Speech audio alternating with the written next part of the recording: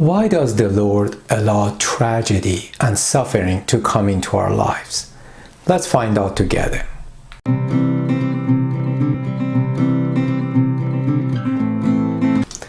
Hello everyone, this is David Sami with Christian Journey. On this channel, we talk about theology, philosophy, culture, and everything that pertains to the Christian life. Today, we want to talk a little bit about tragic events that come into our life, things that happen to us that cause us to suffer. Now, this is a multifaceted subject. Scripture gives us different reasons for different type of suffering that come to our lives. And we live in a fallen world with fallen humanity, so suffering and tragedy to a certain extent are part of the course, part of living in a fallen world. And most of the time when we suffer, it's usually due to our bad choices. We make bad decisions and then suffer the consequences. But there are certain type of tragedies and suffering that come to our life not as a result of us causing them, but it seems like they just find their way into our lives.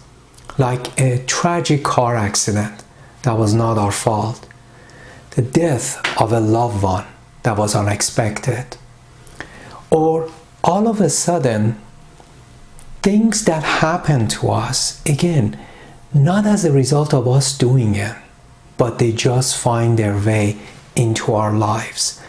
Now, over the years, I have spoken to many Christians when these kind of tragedies that have happened to them, that blindsided them, that just they came from nowhere and altered the course of their lives.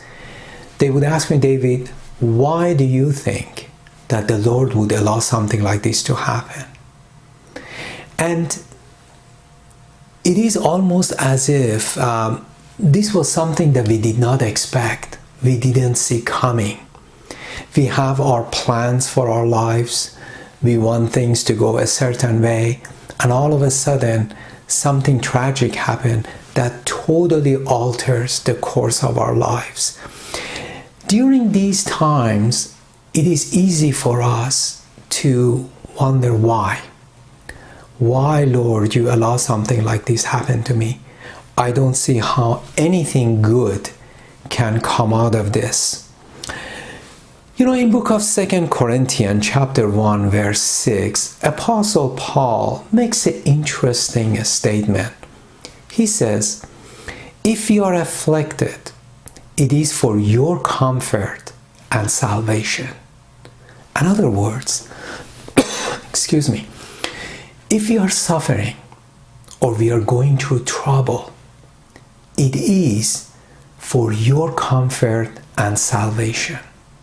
The word salvation means to rescue, safety.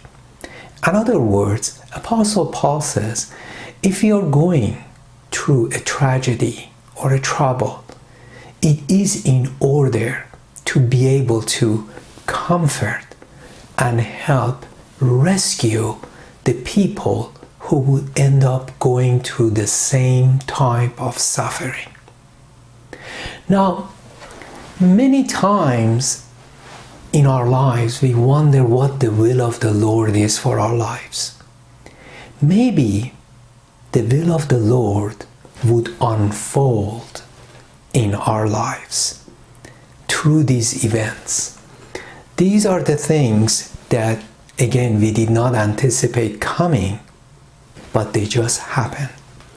Sometimes the Lord allows some of His people to go through tragedies and suffering for the benefit of others. Now, when these tragic events come into our lives, it may take us a while to adjust to them. But many times, after it runs its course, we are able to see the whys. When we are going through it, we don't see why does the Lord allow this to happen. But many times in the future, we are able to look back and connect the dots and understand the whys. And I have seen people that have gone through hardship for an extended period of time. But after a while, the Lord brought people into their path that they were able to minister to and help. And they were very effective because their way of ministering to others was not just by head knowledge, but it was by personal experience, because they've been there. They have experienced what these other people are going through, and they could be compassionate and can identify with these people. Many ministries have got started as a result of people going through tragedies that later on they were able to help others. And if you were to ask some of these people, saying, okay, looking back, would you be willing to go through the same thing that you did? And most of them would say yes, because these tragedies, even though they are life-changing, even though they do alter the course of our lives, they end up giving us new meaning and new purpose. One that maybe we did not choose, but it was chosen for us by God Himself. You know, Joseph understood this. After he got reunited with his brother, he told them, don't be angry with yourself for selling me into slavery. It wasn't you who sold me, who sent me here, but it was God, in order to save all the lives of you and your family. See, Joseph recognized in chapter 45, verse 8, that it wasn't them, but it was God who sent them to Egypt. That his brother were just simply an instrument. So, are you going through hard times now? Are there tragedies that have come to your life, not as a result of you causing them, but they just seem to happen beyond your control? Maybe a sickness, maybe bad relationship. Again, things that you did not cause, but they have come your way. Now, most of the time we think that these bad things are caused by Satan. But there's a problem with that. See, Satan and God are not two equal forces. When we think that everything that comes to us is through the hand of Satan, what we do, we actually reduce God from being a sovereign being in control of all events, and we elevate Satan to the level of God. This is called dualism. Dualism, there are certain religions that are dualistic. That means that there is an equal force that is for good and there is a force that is for bad. Equal amount of light and darkness. That these two forces cannot overpower each other, but they are equal in power. But you see, that's not Christianity. Satan is not equal with God. Satan can request to harass us or bring hardship into our life. But nothing in this world happens apart from the Lord allowing it to come, especially in the lives of Christians. Job understood this. When his wife said, "Why don't you curse God and die?" Job said, "You are speaking as a foolish woman would. Should we receive good from the hand of the Lord and not evil?" So things that come to a Christian are not random or by chance, but they come as a result of God allowing them to come for a bigger purpose. You know, if Adam and Eve would not sin, there would never need to be any suffering or hardship that would come to us. But because we are fallen beings, in reality, there is a certain amount of suffering and hardship is required in order for us to change and to become more like Christ. As a matter of fact, in the future, I want to touch a little bit about those subjects, that how the Lord's discipline is suffering to mold us and shape us to make us to become like Christ.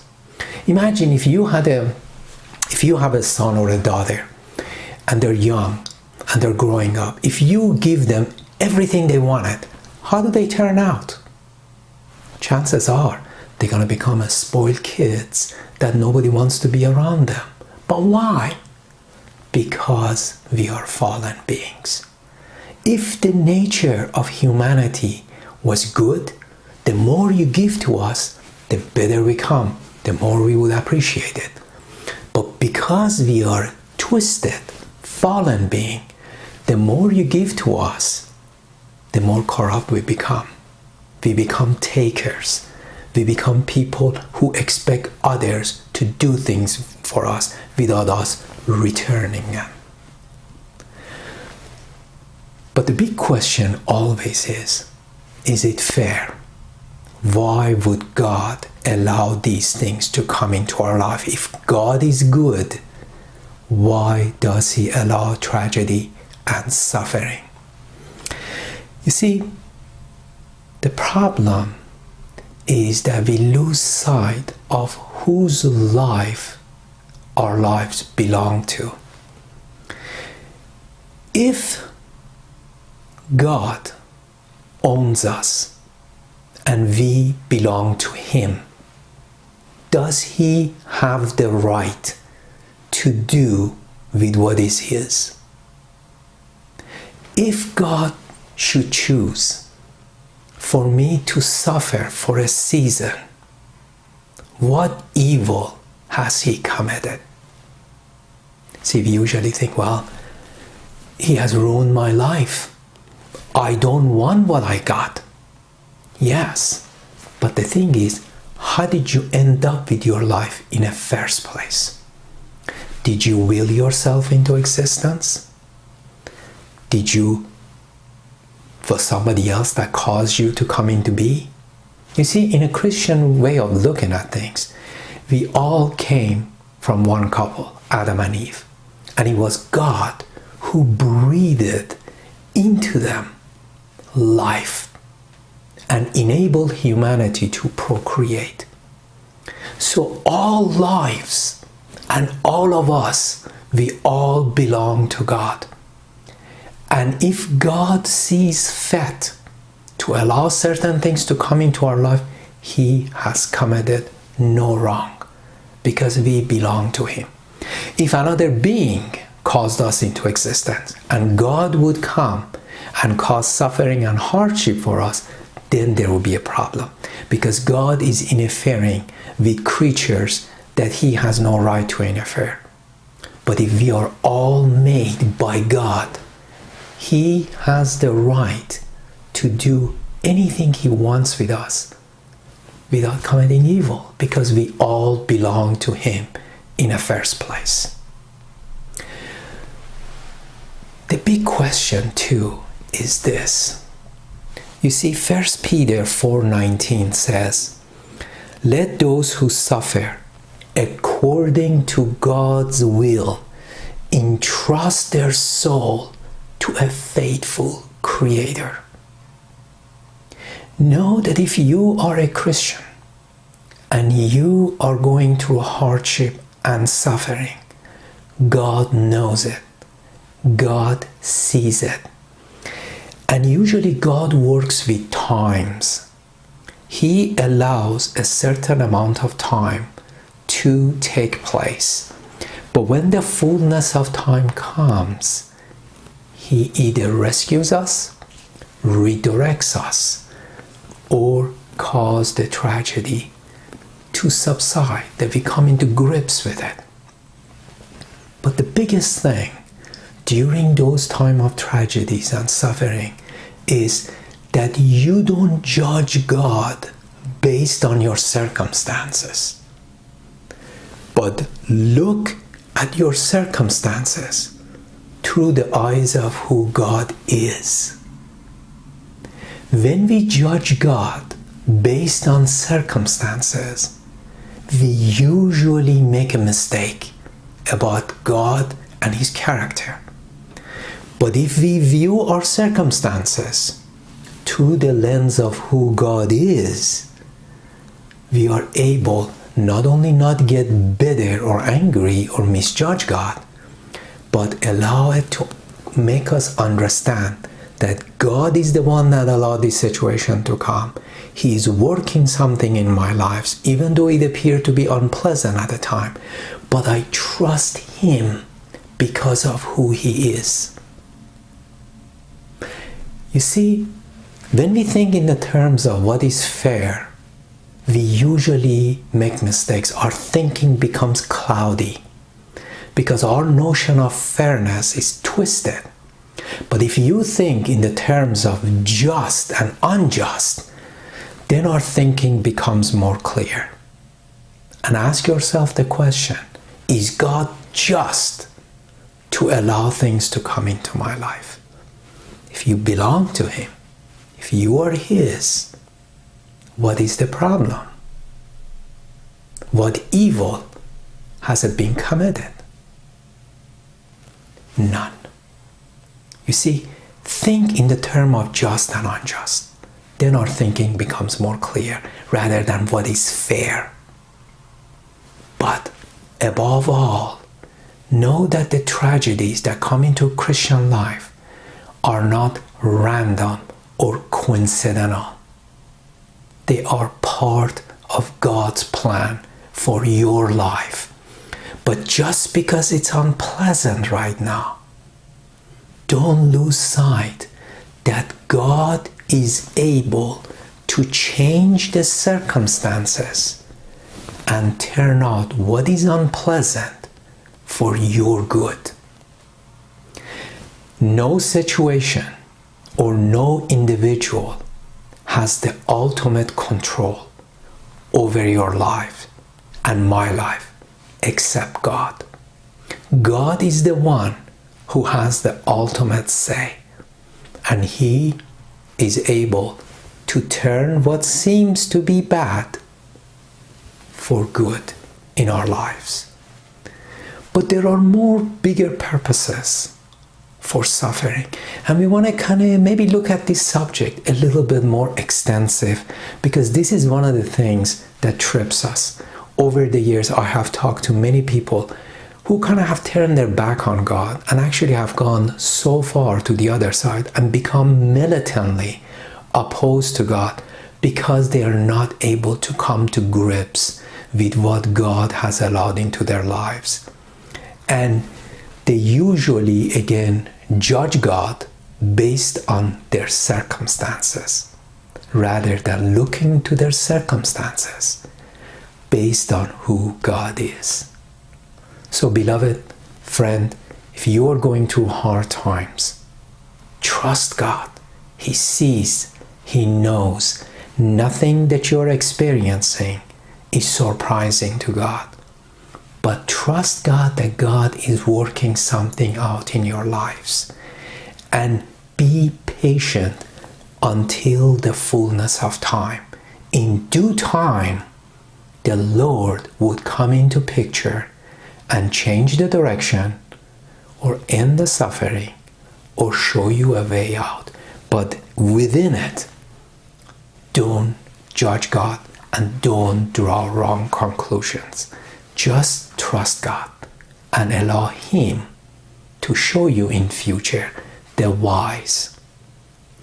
So, until next time, may the Lord be with you, may He watch over you, and may He give you peace. This is David Sami with a Christian Journey.